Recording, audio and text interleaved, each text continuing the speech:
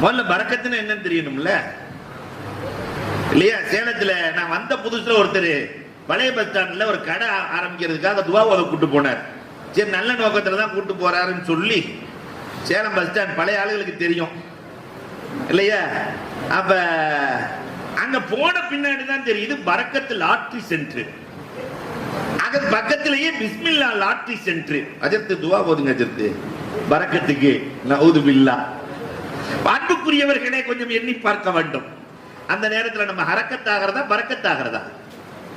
அன்புக்குரியவர்களே, முதலில் பரக்கத் என்றால் என்ன என்பதை புரிய வேண்டும். ஒன்று ஒன்றாகவே இருக்கும் ஒரு லட்சத்தின் வேலையை பார்க்கும் பரக்கத். இங்கே ஒரு ரக்காத் தொழுதா ஒரு ரக்காத் தான், காபத்துள்ளால ஒரு ரக்காத் தொழுதா 1,00,000. ஒன்று ஒன்றாகவே ஒரே குர்ஆன் தான். ஆனால் அது என்ன உருவாக்கத்தை ஏற்படுத்தி இருக்கிறது பார்த்தீர்களா?